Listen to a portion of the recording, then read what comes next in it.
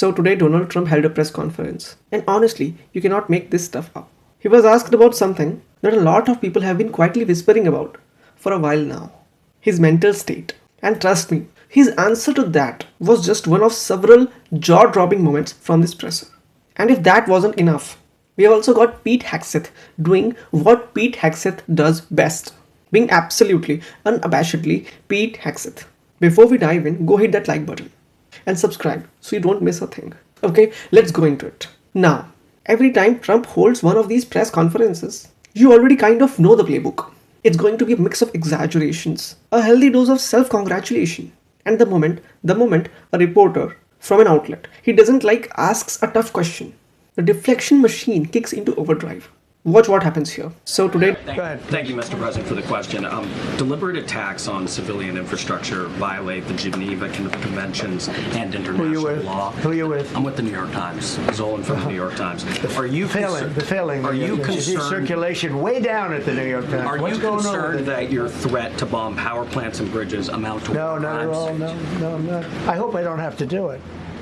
But again, I just said 47 years they've been negotiating with these people. They're great negotiators. Why would that and because they're not going to have a nuclear weapon. And if somebody that takes my place someday is weak and ineffective, which possibly that will happen because we had numerous presidents that were weak, ineffective, and afraid of Iran, we're never going to let Iran have a nuclear weapon. And if you think it's okay for people that are sick of mind, that are tough, smart, and sick, really sick, from a policy standpoint, from a any which way you want to say, mentally, these are disturbed people. If you think I'm going to allow them, and powerful and rich, to have a nuclear weapon, you can tell your friends at the New York Times, not going to happen. See what he did there? The reporter asks a completely legitimate question about international law, and instead of engaging with it, Trump immediately pivots to attacking the New York Times. And look, this isn't new. This has been his go-to move for years. But what was genuinely interesting about this particular press conference was how inconsistent the messaging was from day to day. 1 minute the war is winding down, the next he's talking about bombing in Iran back to the Stone Age. So a reporter pressed him on exactly that. And what he said next was honestly more revealing than he probably intended. Your messaging on the war has moved from the war is coming to an end to war going to be bombing Iran to the Stone Ages. Right. And we've heard a range of those kind of messages. So so which is it? Are you winding this down or are you escalating? I can't tell you. I don't know. I can't tell you. Depends what they do. This is a critical period. They have a period of, till tomorrow at 8 o'clock. That is the commander-in-chief of the most powerful military on the planet. Saying he genuinely doesn't know what's happening. Now look, I get that geopolitics is complicated. Nobody's disputing that. But when you have spent weeks making bold declarations, threatening other nations, and presenting yourself as the guy who has all the answers, and then in one unscripted moment, you say, I don't know, that tells you everything. There is no coherent strategy. There is no plan. And here's the thing that really gets me. It wasn't just American reporters pressing him on this. Foreign journalists were there too. And one of them asked the question that I think a lot of people around the world have genuinely been wondering about. President, you called yesterday in your Truth Social, you called the Iranians crazy bastards. True.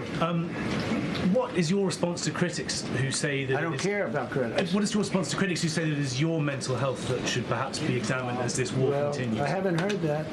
But if that's the case, you're going to have more people like me, because our country was being ripped off on trade, on everything, for many years until I came along.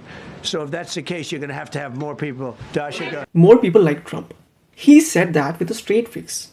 More people like Trump. I mean, if that's the solution to America's problems, then honestly, I don't know what planet we are living on. One Trump has already been more than enough. Twice. And look, this isn't just political commentary. When you watch this man speak, when you see the way he handles pressure, the way he reacts to scrutiny, the way he doubles down on things that are demonstrably false, it paints a picture, and the picture isn't pretty. What makes it worse, and I mean genuinely worse, is the people around him who just go along with it enthusiastically. CIA Director Radcliffe was out there crediting Trump personally for the rescue of an American airman in Iran. And then Pete Hegseth decided he needed to take it even more further. More people. Mistake about it. None of this would have been possible without the courageous leadership and ironclad determination of President Donald J. Trump. From the moment our airmen went down, President Trump made it clear we will leave no one behind. The president demanded rapid, decisive action. He backed our military with the full weight of his resolve, refusing to let enemy propaganda or tactical setbacks deter us.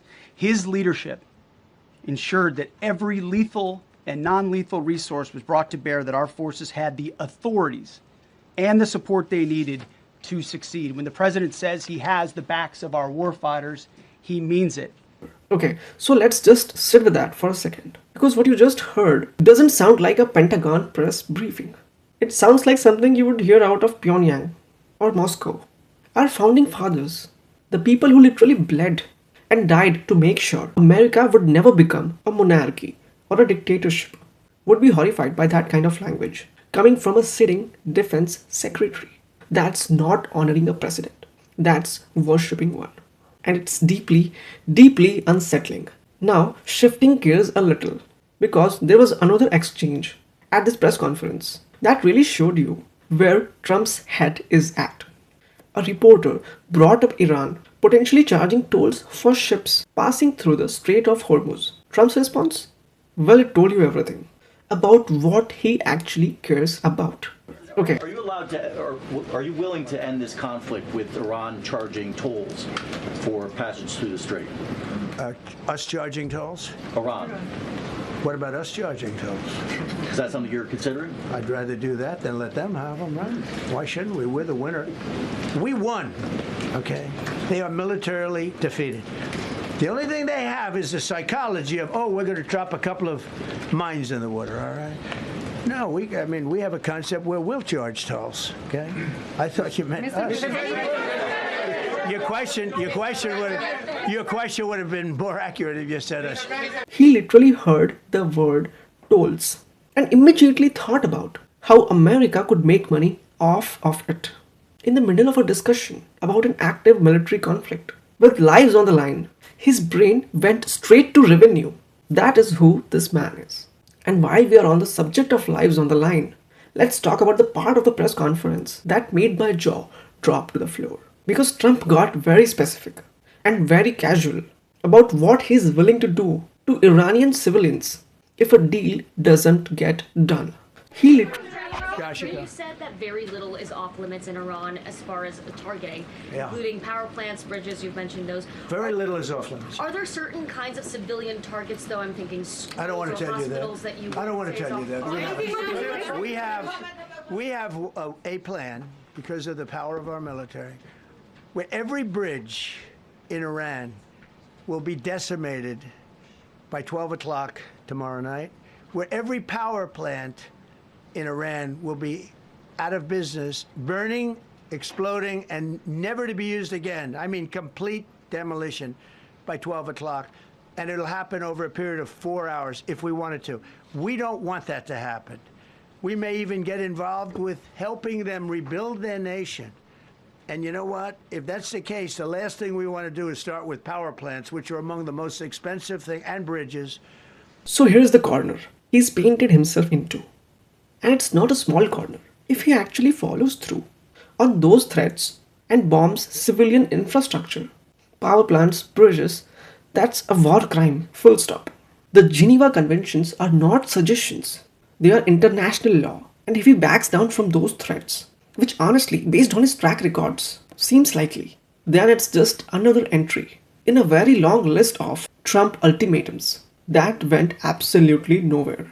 Either way, it's not a good look. Now, I want to go back to Pete Hegseth for a moment, because there was one other thing he said that really stuck with me. The rescued airman sent a message, and he was rescued. God is good. Beautiful sentiment, genuinely. But leave it to Hegseth to take a moment of human relief and turn it into a full religious production. So here's the... His first message was simple and it was powerful. He sent a message: God is good.